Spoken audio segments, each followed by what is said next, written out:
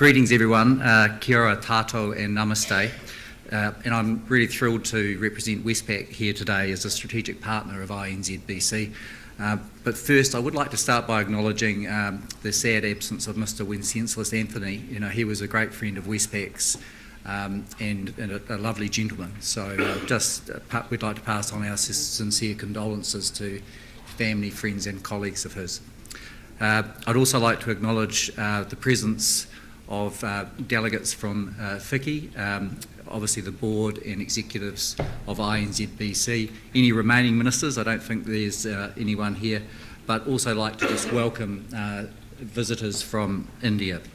So my name is Andrew Bashford and I head up 3 business units at Westpac, and they are institutional relationships, corporate business and property finance. And within these areas we have a lot of educational sector customers, and they include public sector organisations, tertiary institutions, a large number of private sector education enterprises and schools, and also infrastructure and property investor companies who are involved with that sector as well. So as a bank, we bring a perspective through the investment and financial lenses, and this is what I will use to frame our presentation today. And I'm going to talk about 3 things: how we see the sector in general, future trends, and then very quickly at the end how we can assist. Very briefly, I'll overview Westpac. So we've been in New Zealand now for over 150 years. We're a full service consumer and business bank, and we are the government's banker. I will just mention our community focus because this is something every staff member is really proud of. So things that most people think about with Westpac in the New Zealand community is the rescue helicopters, and last year we actually supported 1,663 rescue missions in New Zealand. And when you go out in the community and talk to people about this, it really makes a huge difference. We also work with the Sir Peter Blake Leadership Trust, and that's heavily involved with the schools as well. And every person at Westpac loves us because, generally bankers aren't like that much, but this stuff is really good. So I'll now turn to the sector. I guess some of the numbers that have been bandied around today are vast, and obviously when we're talking about India, the scale is many times the size of New Zealand. So I'm not going to go through it in detail, but I guess the points I want to talk about are: we realise it's a big sector from a New Zealand perspective. The outlook in terms of growth is significant, and the impact on social and economic outcomes for New Zealand is really important. So the key now is actually to build and enhance New Zealand's reputation and global brand in this sector. We actually see it as being really no different to food, tourism or agriculture. So brand and reputation and quality is everything. While global demand is forecast to grow, I actually think we have to be really cognizant of some things. And first, it's the international competition that exists. And we've heard a lot today about technology. And so that means there's a huge threat from the reduction of entry barriers due to that technology. So global competition for students and growing acceptance of online delivery models are key trends. And you might have read about Education Perfect yesterday as an example of a New Zealand technology education provider doing really well. And it's not just us that this sector is important for. So in Australia, education is their 3rd largest export sector, and that's behind iron and coal. And we know coal's not got a bright future, which just highlights the importance of this sector again. So we do have to look at this sector like it's a cricket World Cup, with many high-performing nations competing for the same trophy. So what does this mean? Well, it means our value proposition needs to be credible and superior and built on the delivery of high-quality education outcomes. It needs to have involve a great experience, deliver career pathways, and it does need to provide clarity regarding residency. Challenges do exist for New Zealand due to our market structure and because of capacity and capability constraints to meet future needs.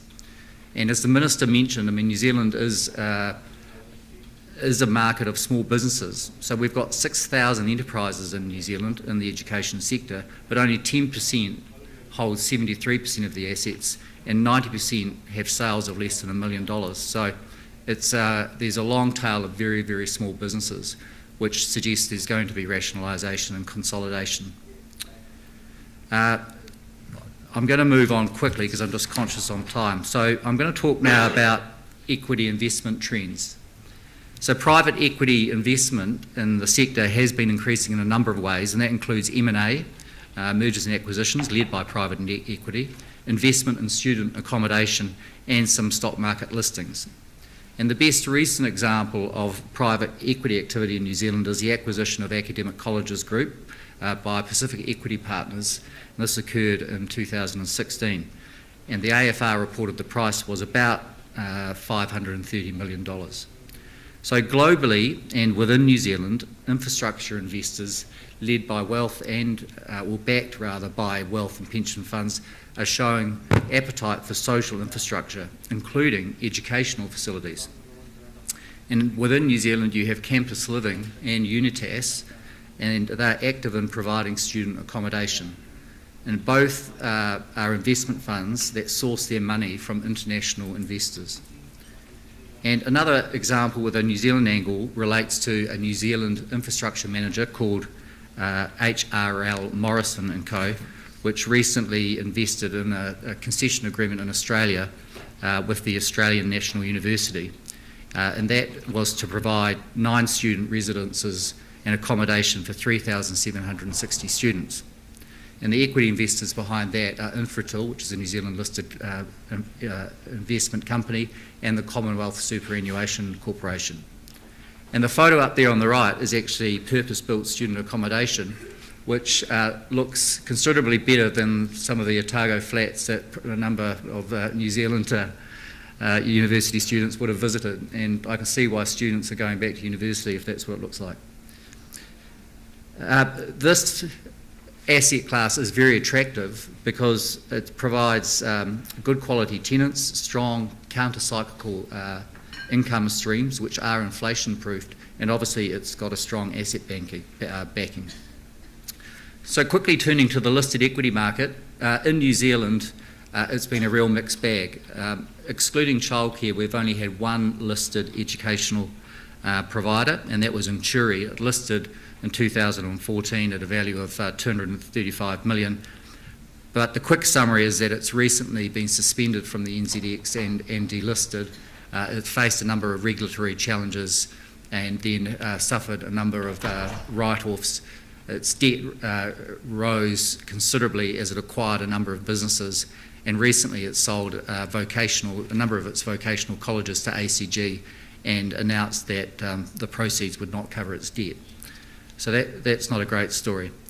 But then if you look at the Australian market, again, it's slightly more mature, but there are still only 3 listed educational provider companies, again excluding childcare, with a market capitalisation of more than $100 million. And they are Navitas and IDP Education, and then there's 3P Learning. And a number of you might know that because that markets and sells Mathletics and Reading Eggs. So people with young kids will know those products. Less visible are privately owned businesses operating in the private training space, and we have and continue to bank a number of PTEs. Many are successful and profitable, but it's not always plain sailing, and some have faced performance issues that are characteristic of the challenges faced by small businesses that are growing quickly in a rapidly changing market. And actually I think the NZT does have a role in helping some of these businesses.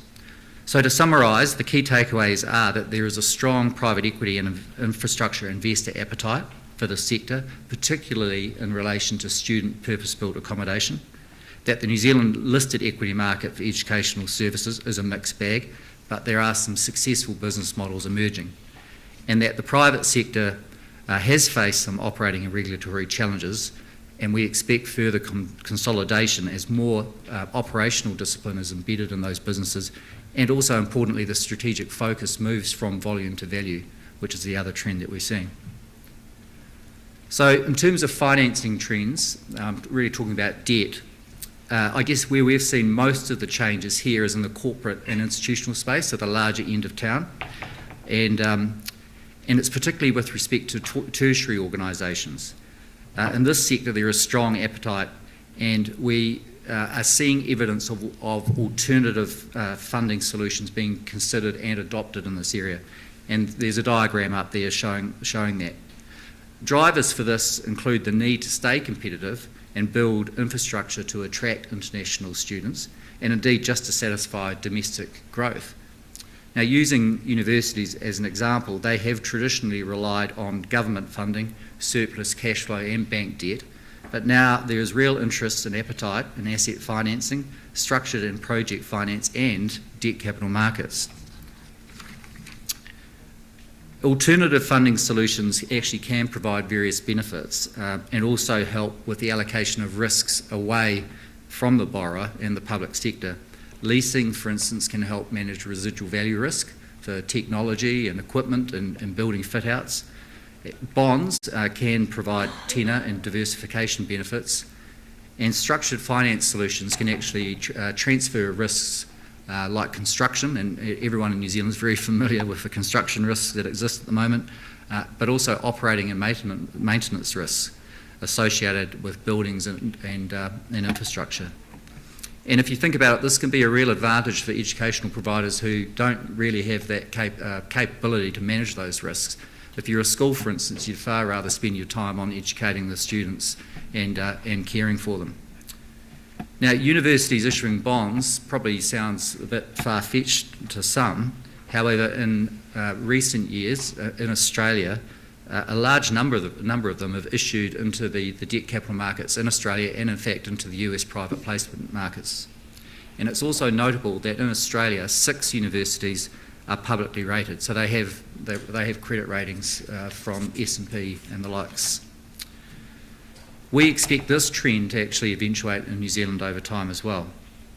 And Westpac is well placed to provide educational organisations with thoughts on funding solutions such as these, and we'd be very happy to do so. I'm just going to quickly talk about a PPP case study, because this is a real life example of a structured and project finance solution. And the photos up there of a project called Imaginatively Schools 1, and we were mandated on that project, and also Project 2, which was called Schools 2, funnily enough. And basically this is an example of private sector funding, risks being allocated, and the delivery of better value for the taxpayers. So how can Westpac help? Very quickly, we can offer great banking packages for international students. We also have leading funding, risk management and transactional payment solutions, and that's for all business types across the organisational spectrum. I do think there's 3 key points of differentiation that we have, but ultimately it comes back to our people, and that includes the bankers like Simon over there, Mita, Tracy and Ash is somewhere else in the room. So that's what we're about. Thank you very much for taking the time to listen to me, and again, thanks for having me today. Cheers.